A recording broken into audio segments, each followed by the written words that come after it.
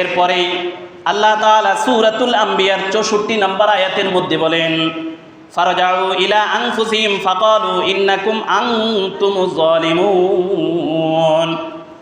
তারা একে অপরের দিকে তাকায় আর বলে,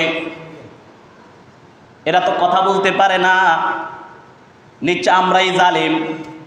এখন নিজেদের অপরাধ নিজেদের বুঝে আসতেছে। এবার ইব্রাহিম আলাইহিস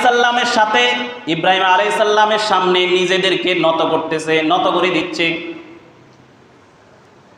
কোরআনুল কারীমের সূরাতুল আম্বিয়ার 65 নম্বর আয়াতের মধ্যে বলেন, সুম্মা নুকিসু আলা রুউসিহিম লাকাদ আলিমতা মা হাউলাই ইয়ানতিকুন। তারা বলতেছে, হে ইব্রাহিম, তুমি তো জানোই এরা কথা বলতে পারে না, তারা নিজেদেরকে নত করে দিল, নত হয়ে গেল। আর ইব্রাহিম আলাইহিস সালামকে বলতেছে, তারা কি বলবে, তারা তো কথা বলতে পারে না, এটা তো তোমরা জানোই। এখন ইব্রাহিম আলাইহিস সালাম কথা বলার আরো সুযোগ পাইল, এখন উপদেশ দেওয়া শুরু করলো। সূরাতুল আম্বিয়ার 66 নম্বর আয়াতের মধ্যে বলেন, ক্বালা আফাতা'বুদুনা মিন দুনিল্লাহি মা লা ইয়ানফাউকুম শাইআন ওয়া লা ইয়াদুররুকুম।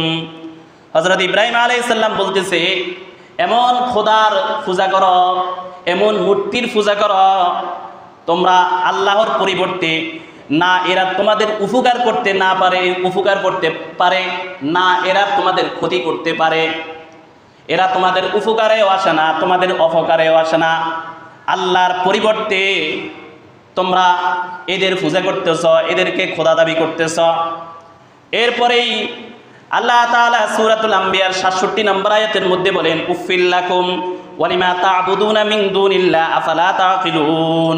ধিক্কার তোমাদেরকে এবং যাদের পূজা করো এদেরকেও। ধিক্কার জানাই তোমাদেরকে, তোমাদের মানসিকতাকে। তোমরা যাদের পূজা করো এই মূর্তিগুলোকে ধিক্কার জানাই, যাদের ইবাদত করো, তোমরা কি আজও বুঝবে না এরা নিজেদেরকে রক্ষা করতে পারে নাই, এরা কি জাতিকে রক্ষা করবে, এরা তোমাদের কি রক্ষা করবে?